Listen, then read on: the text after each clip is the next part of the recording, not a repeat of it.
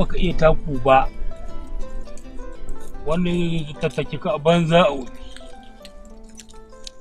Allah wallahi Allah baba kai kafiya kai duk sanda muka zauna da kai sai ka rinka yi mana wato waye zai tattake ka kai ni wani matsalan mata ka yi sai ka ji duk wani lokacin kana nuna mutane abin nan kai tsufa ya ma gaddama malam ka hakura mun gaya ma ka hakura yanzu lokacin mu ne amma kai ka yi hakura ko da yaushe kuma duk sanda muka zauna ya kai tai mana wasu maganganu na abin nan haba da Allah me wani waye zai tattake mutu yaro ne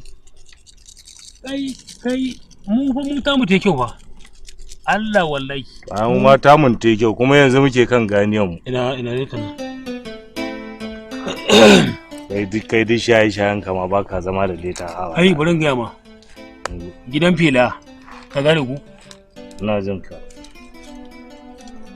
Ni fa ka san waje ɗaya kake burge. Da abin da kake yi kanka tsaye kake yi.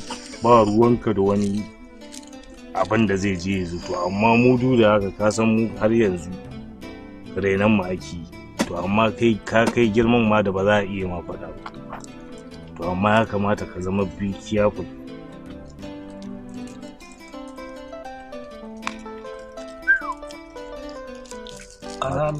To ai kawai tunda dai ka kunna wannan ka ja ka ban wannan kawai.